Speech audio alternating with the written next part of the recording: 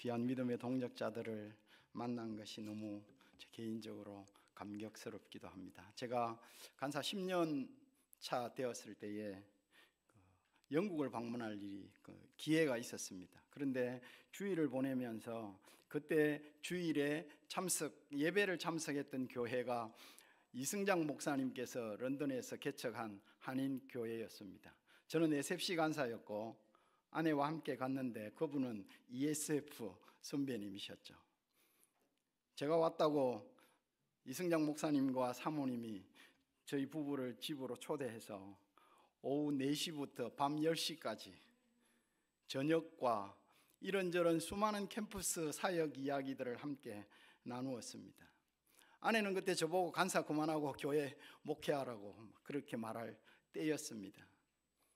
근데 그날 이후로 지금까지 제가 지금 39년 차입니다. 30년 가까이 지나도록 단 한 번도 목회하라는 이야기를 하지 않았습니다. 제가 학복협에 오면 언제나 그 생각이 납니다. 그때 저는 ESF 간사 출신 선배님을 처음 만났습니다. 저하고 아무 인연도 없고 그냥 예배드리러 갔을 뿐인데 학생운동 한다고 저희 부부를 그렇게 극진하게 대접하고 여러 가지 말로 위로해 주었습니다. 지금도 저는 제주에 있는데 이승장 목사님은 제주에 오실 때마다 저를 부르고 함께 식사하고 교제합니다. 학복협이 좋은 데입니다. 학원보건협의회가 아니면 우리가 함께 캠퍼스 선교단체 간사로 섬기지 않았더라면 그렇게 진하게 교제할 수 있었을까? 지금도 생각을 해봅니다. 지금 약간 어색하게 다른 단체 간사님들과 낯설게 좀 앉아 있지만 우리가 다 그런 사이다라는 것을 생각하면서 모든 어색함을 떨어버리고 함께 이 길에 나선 전우들이라는 생각을 절대 놓지 마시고 약간의 차이들 또는 약간의 전략적 그런 다양성들 그걸 통해서 하나님 나라가 풍성해진다는 사실을 알고 하나님은 무궁화 꽃다발만 받으시는 것이 아니고 하나님은 장미도 국화도 다양한 꽃다발을 함께 모아서 하나님께 드려야 되니까 그런 기쁨으로 우리가 함께 사역할 수 있기를 바랍니다. 오늘 학복협 창립 35주년입니다. 제 간사 3년차 89년이 제 간사 3년차 때 출발을 했습니다. 그런데 35년이 지나도록 하나님께서 이 학복협을 지키시고 이끌어 주시고 오고 오는 간사들이 계속해서 함께 이 학복협이라는 단체를 통해서 서로 연합하면서 캠퍼스 복음화를 위해서 애쓰고 수고하게 하신 하나님께 감사를 드립니다. 저는 자리에 오면서 홍정길 목사님 생각났습니다. 김동호 목사님 생각났습니다. 고직한 목사님 생각났습니다. 앞서서 이 학복협을 태동시켰던 그 믿음의 선배들도 생각이 났고 함께 같이 대표하면서 터키도 가고 또 어떤 대표들하고는 평양도 방문하고 했던 그런 기억들이 났습니다. 조희의 남전우 목사님도 생각나고 IBF의 박영덕 목사님도 생각이 납니다. 그런 분들이 앞서서 헌신해서 참 여전히 어렵지만 하나님께서 우리까지 오게 하셨고 우리는 또 우리 다음 세대에 이 복음의 바톤을 넘겨주는 그런 또 역사적 사명을 가지고 있다는 것 기억하면서 함께 여전히 힘있게 여전히 한 팀으로 주의 나라를 위해 섬겨갈 수 있기를 간절하게 바랍니다. 저는 성경을 보면 신약과 구약과 신약이 저는 두 가지 질문으로 이루어져 있다고 생각을 합니다.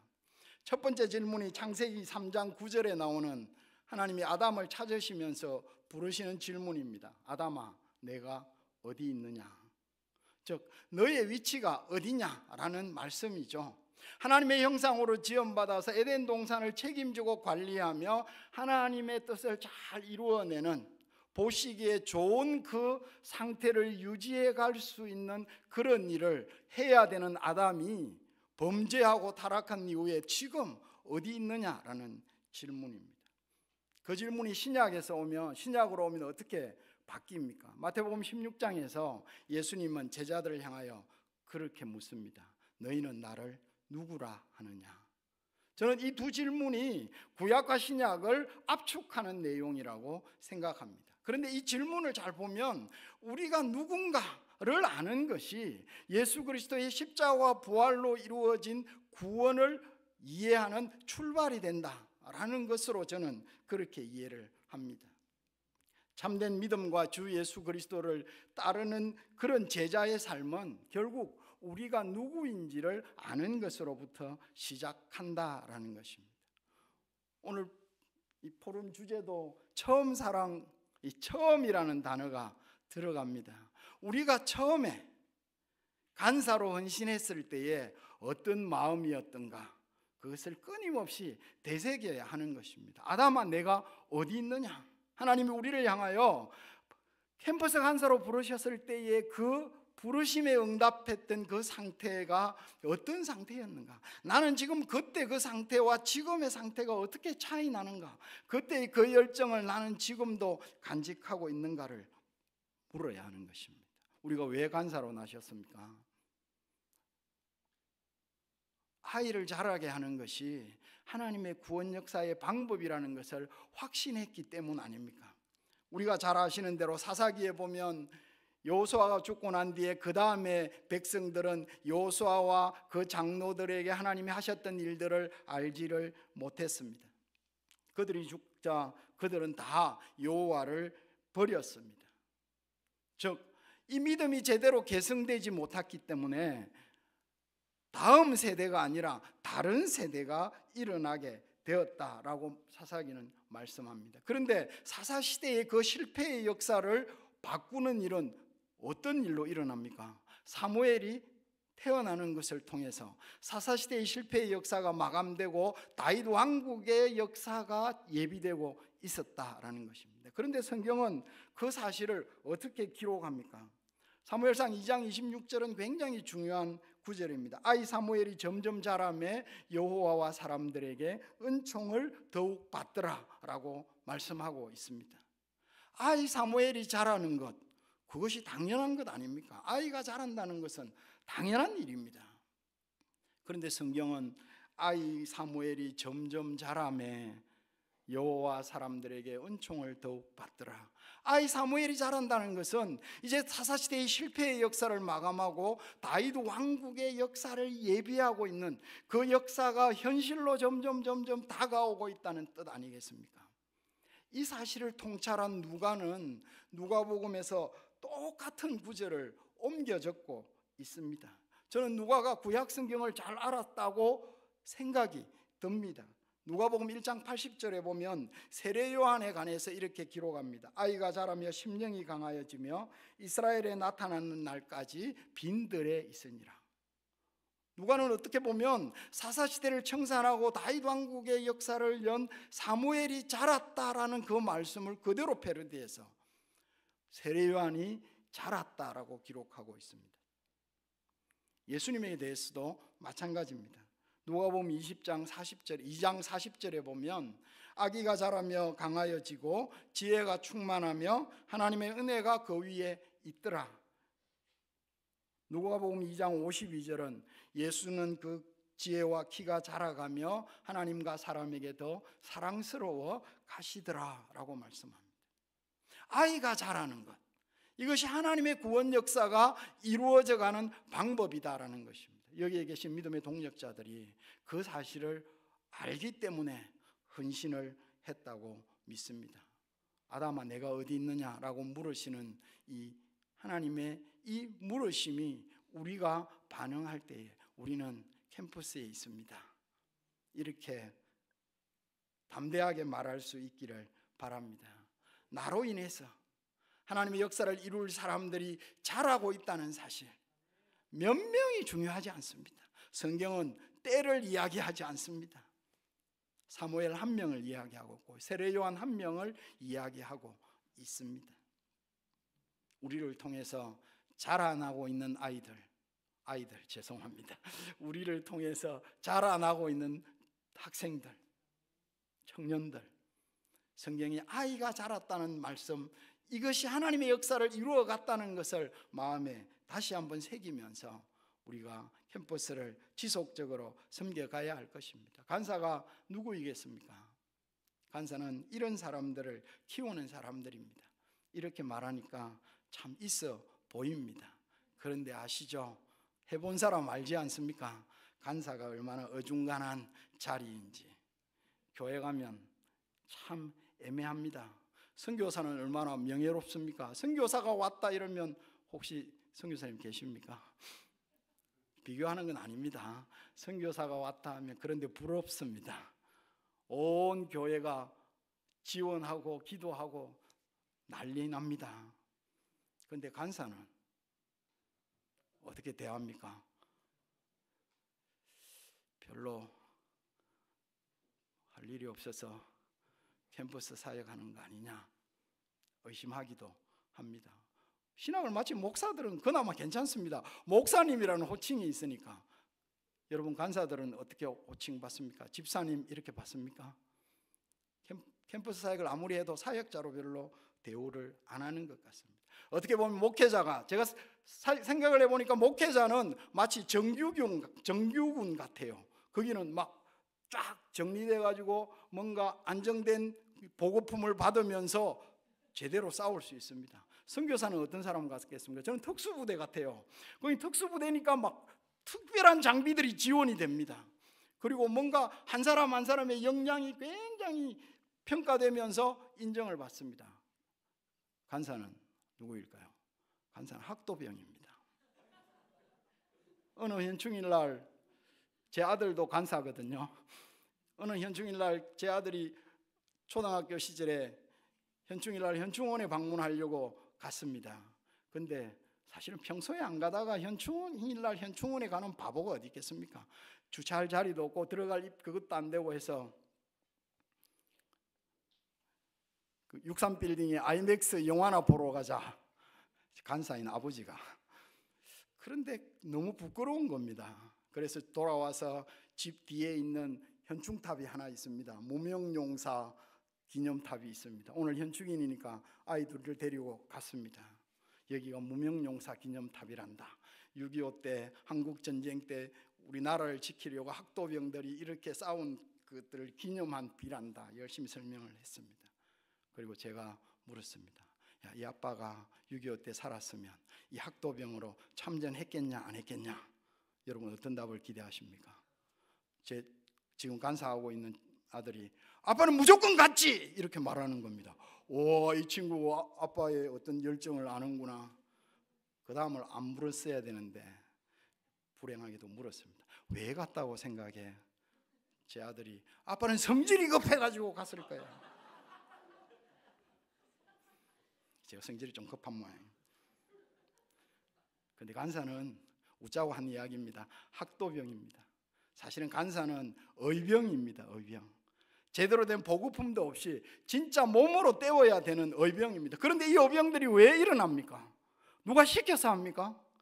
아무도 시키지 않습니다. 나라가 걱정돼서 하는 것입니다. 어쨌든 하나님의 나라를 위해서 뭔가 나라도 해야 되겠다고 그렇게 해서 나선 것 아닙니까? 사랑하는 동역자 여러분, 우리 그냥 그렇게 만만한 사람들 아닙니다. 저는 한 10몇 년 전에 신입간사 연합훈련이 있었습니다. 지금도 하죠. 연합훈련이 있는데 그때 첫날 저녁 설교를 저에게 부탁했습니다. 그렇게 하고 난 뒤에 간사님들이 질문을 했습니다. 간사 사역을 오래 하셨으니까 이제 사역을 시작하는 저희들에게 딱 한마디만 해주시면 무슨 말을 하겠습니까? 또 단체 말을 하면 또 뿌듯해지지 않겠습니까? IUF 간사님께서 그런 훌륭한 질문을 했습니다. 제가 그렇게 말했습니다. 자기 연민에 빠지지 마라. 제가 처음 간사를 하고 저희 SFC는 또 교단과 관계되어 있어서 교단에 있는 목사님들이 SFC 간사들을 무슨 조사로 생각합니다. 사역자로 생각하지 않고 조사, 도울 조자, 조사로 생각합니다. 그래서 제가 처음 간사 수련회 가서 펑펑 울었습니다. 울고 방으로 돌아와가지고 저희 대표 간사님께 그렇게 말했습니다. 어떻게 이럴 수가 있냐? 그래도 우리가 캠퍼스를 위해서 헌신했는데 우리를 이렇게 대우할 수 있냐 하고 펑펑 울면서 말하니까 우리 대표 간사님이 저에게 한마디 했습니다. 몰랐나? 이런 줄 몰랐나? 제 마음에 평생 그것이 제 간사론이 되었습니다. 그래서 저는 신의 간사 훈련 할 때마다 맨날 간사들에게 그렇게 가르칩니다. 몰랐나? 여러분 몰랐습니까? 간사가 이 정도 이렇게 대우받고 간사 생활이 이렇게 어렵고 뭐 간사 생활이 이렇게 별로 열매도 없고 이런 줄 몰랐습니까? 자기 연민에 빠지지 마십시오. 하나님이 이런 우리를 세워 주신 것입니다. 그 유명한 영화가 있지 않습니까? G.I. 제인, 페미니즘 영화로 굉장히 유명한 영화 아닙니까? 거기에 그 교관이 훈련을 마치고 임관하는 데미 무어가 분영한 조던에게 자기가 받은 훈장과 함께 책을 주지 않습니까? 그 책 딱 펴면 D.H. 로렌스가 쓴 셀프 피티라는 그런 시입니다. 자기 연민. 그 내용이 그렇습니다. 나는 자신에 대해 연민을 느끼는 들짐승을 본 적이 없다. 여러 가지에서 떨어져 죽는 새조차도 자신을 동정하지 않는다. 우리가 언제 캠퍼스를 뒤집어 본 적이 있습니까? 제 39년 사역하는 동안에 제가 맡은 캠퍼스 한 번도 뒤집어진 적이 없습니다. 그렇다고 제가 잘못 살았습니까? 제가 겨울금강이라는 도종환 시인이 쓴 시를 너무너무 좋아합니다. 그 중에 한 문장, 이루어지는 못했지만 잘못 살지는 않았다. 저는 여러분들이 그런 자부심을 가질 수 있기를 바랍니다. 하나님의 구원 역사가 이루어지는 방식은 사사시대의 그 실패의 역사가 청산되고 다윗 왕국의 역사가 이루어지는 그 방식은 타락한 인간이 죄로 절망의 구덩이에 빠져 죽어가는 인간을 하나님의 자녀로 구원시킬 수 있는 그 방식은 아이가 자라는 것으로부터 시작되고, 우리는 그 아이를 자라게 함으로 하나님의 구원 역사를 이 땅에서 이루기 위해서 부족하지만 헌신한 사람들이다. 이 확신 흔들리지 마시기를 바랍니다. 하나님이 우리를 부르셨지 않습니까? 사실은 우리 말고 딴 사람 시켰으면 더 잘했을 수 있습니다. 그런데 하나님이 우리를 부르셨습니다. 부르심이 뭡니까? 소명 아닙니까? 그 소자가 무슨 소자죠? 부를 소자입니다. 명자는 목숨 명입니다. 하나님이 우리를 부르셨을 때는 우리의 목숨을 부르신 것입니다. 디트리 보네프가 한자를 잘 알았는지 모르겠습니다. 디트리 보네프가 그렇게 말했지 않습니까? 그리스도께서 우리를 제자로 부르실 때에는 와서 죽으라고 부르시는 것이다. 우리가 캠퍼스를 한 번도 뒤집지 못해도, 우리로 인해서 캠퍼스에 어떤 변화가 일어난 거 한 번도 보지 못해도 하나님이 우리를 부르셨고 그 부르신 자리에 우리가 서 있는 것입니다. 아담아, 내가 어디 있느냐? 그 질문부터 시작해서 너희는 나를 누구라 하느냐? 라는 예수님의 그 질문 앞에 우리 모두가 함께 고백하는 것입니다. 주는 그리스도시요 살아계신 하나님의 아들입니다. 저는 동역자들이 이런저런 시련과 유혹과 갈등 가운데서도 이 사역을 감당해 갈 수 있기를 바랍니다. 제가 시를 좋아하는데 나태주 시인을 잘 아시죠? 공주에 계시지 않습니까? 그분이 쓴 순정이라는 시가 있습니다. 옮겨 심으면 어김없이 죽어버린다는 차나무와 양귀비. 제가 저희 집 뒷뜰에 있는 양귀비, 남의 밭에 있는 양귀비를 꽃양귀비 말입니다. 오해하지 마세요. 꽃양귀비를 진짜로 옮겨 심으면 죽는지 안 죽는지 확인해 보기 위해서 뽑아서 우리 마당에 심었습니다. 죽었습니다. 옮겨 심으면 죽어버린다는 차나무와 양귀비. 처음 발을 디딘 자리가 아니면 기꺼이 목숨까지 내어놓는 그 결연함, 우리네 순정도 그런 게 아닐까. 처음 먹었던 마음, 처음 가졌던 깨끗한 그리움, 생애를 두고 바꾸어 갖지 않겠노라는 그 다짐, 그것이 아닐까. 어떻게 보면 사랑하는 동역자들이 이런 마음으로 끝까지 버티어 줄 수 있기를 바랍니다. 오늘 본문을 보면 이 본문이 참 마음이 아픕니다. 본문을 우리가 읽어가면서 보셨겠지만 25절, 28절, 26절, 27절, 29절 다 보면 하나씩 등장합니다. 선지자들에 대해서, 제사장들에 대해서, 왕과 고관들에 대해서, 백성들에 대해서 등장합니다. 잘 아시는 대로 내용이 무엇입니까? 단 한 명도 하나님의 말씀에 귀 기울이면서 하나님의 심판을 막기 위해서 헌신하는 사람들이 없습니다. 한 사람도 없습니다. 선지자도, 제사장도, 고관들도, 정치가들도, 백성들도 단 한 명도 하나님의 심판을 막기 위해서 회개하고 복음을 전하고 헌신하며 하나님 앞에 바르게 살자고 외치는 사람이 없습니다. 비단 이 시대만 그런 것이 아니었습니다. 사무엘 시대도 알지 않습니까? 사무엘 시대에 엘리와 홈리와 비느하스 이런 대제사장, 제사장이 직분을 가진 사람들이 어떤 일을 했는지 잘 압니다.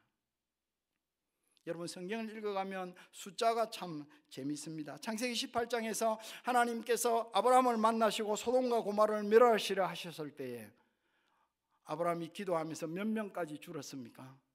10명, 어인 10명이 있으면 내가 이 성을 용서하겠다고 하나님이 말씀하셨습니다. 그런데 오늘 본문을 보면 한 사람도 없습니다.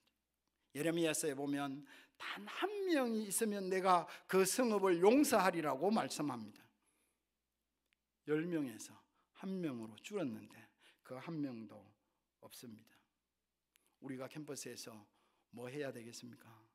그 한 명을 세워야 하는 것입니다. 선지자들, 제사장들, 고관들, 백성들 아무도 하나님의 말씀에 귀 기울이지 않을 때에, 아무도 하나님의 심판을 지연시키기 위해서 말씀을 선포하지 않을 때에 그 한 사람, 그 말씀에 순종하는 그 한 사람을 세우기 위해서 우리가 나선 것입니다. 여러분들이 섬기는 시대는 제가 섬겼던 시대하고는 좀 다른 것 같습니다. 저희들은 그냥 모이면, 제가 부산대 담당 SFC 담당 간사를 했을 때에 그 위원장이 큰 모임 마치고 나면 저에게 이런 말을 했습니다. 간사님, 죄송해요. 왜? 오늘 100명이 못 모였어요. 100명 밑으로 모이면 우리 학생 대표가 간사님에게 미안해하는. 지금 어떻습니까? 제가 사역을 잘해서 그랬겠습니까? 그때는 분위기 좋았습니다. 그냥 모였습니다. 그런데 지금은 그렇지 않지 않습니까? 숫자에 기죽지 마시기를 바랍니다. 할배들이 와서 우리 때는 이렇게 라떼가 어떻고 해도 여러분들은 아메리카노만 드시기를 바랍니다. 이 정도 웃을 줄 몰랐는데 갑자기. 숫자 신경 쓰지 마십시오. 성경은 언제나 말씀합니다. 하나님의 역사를 바꾸는 사람은 한 사람이라고요. 우리 무디 이런 사람 잘 알죠? 무디, 그죠? 모르십니까? 근데 에드워드 킴벌이라는 사람은 잘 모르잖아요. 그 무디에게 복음을 전해서 그가 그리스도인이 되게 만든 사람입니다. 헬렌 켈러 이런 사람 잘 알잖아요. 그 장애를 극복하면서 그가 심지어 헬라어까지 다 공부했던, 보지도 못하고 듣지도 못하는 사람인데, 헬렌 켈러는 잘 알지만 앤슬 리번이라는 사람은 모릅니다. 앤슬 리번이 끊임없이 손바닥에 느낌으로 써가면서 만지게 하고 기억하게 해서 마침내 워터라는 이 철자를 말하게 했던, 그래서 헬렌 켈러가 되게 했던 앤슬 리번이라는 사람은 우리 잘 모릅니다. 그래서 우리가 어병인 것입니다. 여러분들이 이런 한 사람을 키워내는 것, 그것이 하나님이 우리를 세우신 그 이유라는 것을 기억하면 좋겠습니다. 사랑하는 동역자 여러분, 이 땅에 저절로 되는 것이 있겠습니까? 하나님께서 그냥 하시면 끝나는데 하나님의 방식은 그런 것이 아닙니다. 루터가 말했다죠. 하나님께서는 암소의 젖을 짜실 때조차도 사람의 손을 사용하신다. 제가 어디에 인용된 건지 아무리 찾아봐도 없었습니다. 그런데 어느 책에서 읽을 때 그 말을 했는데 제 마음에 너무 남았습니다. 그래서 출처는 묻지 마십시오. 하나님은 암소의 젖을 짜실 때조차도 사람의 손을 사용하신다. 하나님의 아무것도 아닌 우리를 사용하셔서 하나님의 역사를 이루어 가시는데, 그것이 캠퍼스를 뒤집어 엎고 대한민국을 완전히 부흥을 일으키는 것이 아니고, 내가 만나는 학생 한 명, 내가 만나는 청년 한 명, 그 사람을 만나서 말씀을 가르치고 복음을 전하고 그들의 삶을 보살피고, 그래서 마침내 하나님의 사람이 되게 하는 것, 그것이 하나님이 우리를 부르신 부르심이라는 사실을 끝까지 믿고 순종하실 수 있기를 바랍니다. 믿음이 무엇일까요? 히브리서 11장 1절 2절 믿음을 무엇이라고 말합니까? 믿음은 바라는 것들의 실상이요 보지 못하는 것들의 증거다. 저는 그 말을 이렇게 이해합니다. 믿음은 마침내 이루어질 일을 오늘을 사는 삶의 증거로 삼는 것이다.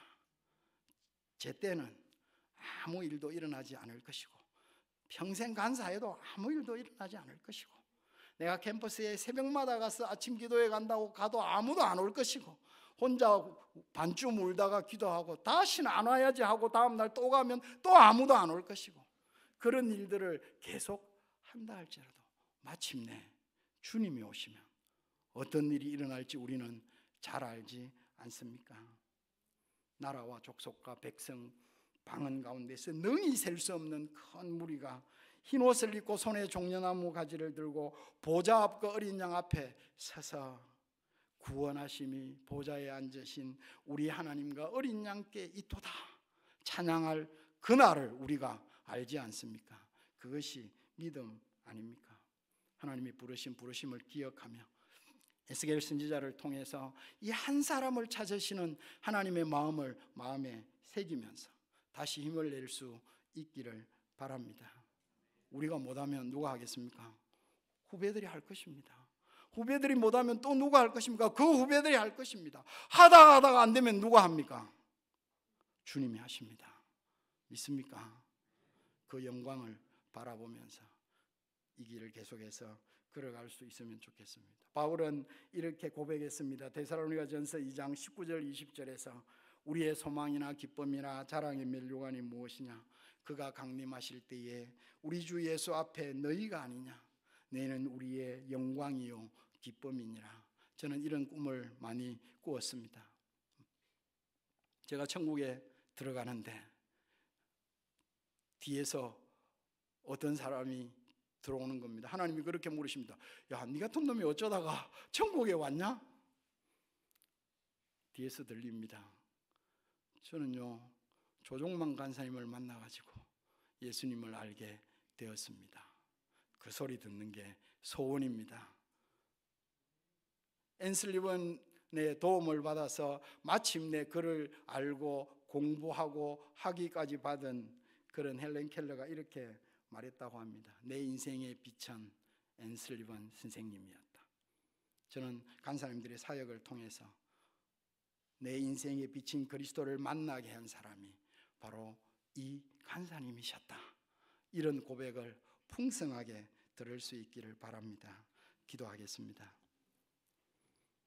말씀을 기억하면서 한번 기도하면 좋겠습니다. 우리가 부족하고 연약해도 하나님이 우리를 부르시고 이 캠퍼스를 섬기는 자리에 세워 주셨는데 하나님께서 저희들에게 마음을 강하게 하고 굳게 해 주셔서 자기 연민에 빠지지 않고 이 걸음을 뚜벅뚜벅 걸어가도록 내가 이룬 건 없지만 잘못 살지 않았습니다라고 하나님 앞에 담대하게 외칠 수 있는 그런 캠퍼스 간사의 삶을 끝까지 잘 감당해 갈 수 있도록 은혜 주시도록 기도하시고 또 함께하는 다른 단체 간사님들을 위해서 기도해 주십시오. 우리가 서로 성격은 다르고 또 특징도 달라도 하나님이 한 시대에 이 대한민국 캠퍼스를 섬기게 하신 믿음의 동력자들인 것을 기억하면서 가진 모든 것들을 기꺼이 나누고 섬기면서 함께 동력해가는 그런 복된 은혜를 누릴 수 있게 해 주시도록 사회자 나오실 때까지 같이